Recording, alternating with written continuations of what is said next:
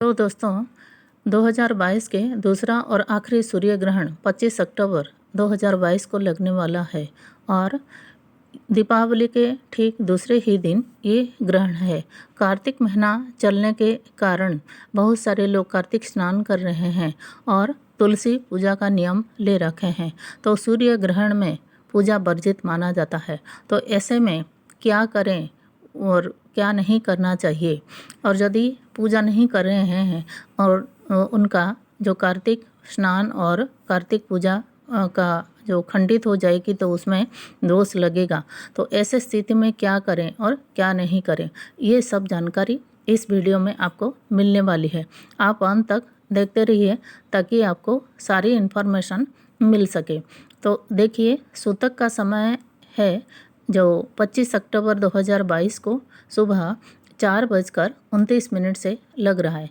आप यदि कार्तिक स्नान और कार्तिक पूजा कर रहे हैं, तुलसी माता पथवारी सिंचन कर रहे हैं, तो आप सुबह जो 4:29 से पहले उठकर स्नानादि से निवृत्त होकर अपना जो कार्तिक पूजा कर लीजिए, क्योंकि सूतक काल में पूजा अर्चना नहीं हो सकती, भले ही कार्तिक मास की जो तुलसी पूजा ही क्यों ना हो, तो आप उससे पहले कर लीजिए। और एक बात, आप जो लोग दीपावली के दिन देर रात तक सोएंगे और वो जग नहीं सकेंगे, थोड़ा देरी हो जाएगी उठने में, तो वो लोग क्या करेंगे?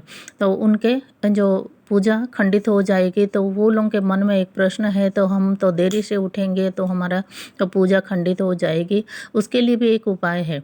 आप यदि देर से उठ रहे हैं तो आप स्नान कर लीजिए और तुलसी माता के सामने बैठ जाइए आसन लगाकर और मानसिक पूजा करिए। तो मानसिक पूजा क्या होती है वो मैं बता रही हूँ।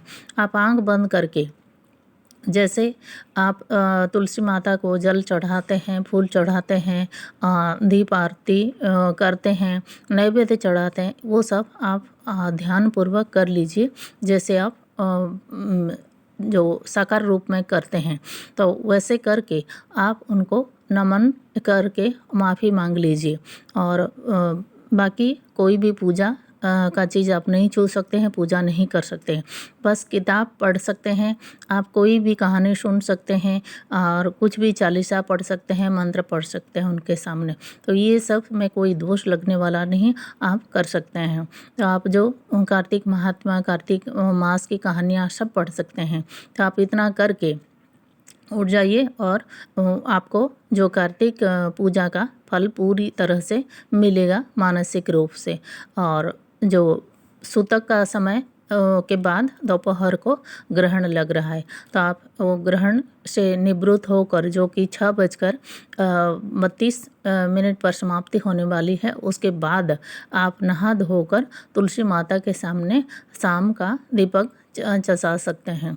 क्योंकि जो आप यदि कार्तिक पूजा कर रहे हैं तो आपको शाम के समय भी तुलसी माता के सामने दीपक जलाना पड़ेगा।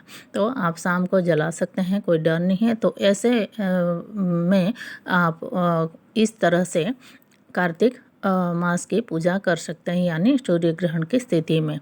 तो ये थी कुछ जानकारी आप लोगों के लिए। इस तरह की और जानकारी के लिए चैनल को सब्सक्राइब करिए। तब तक के लिए धन्यवाद।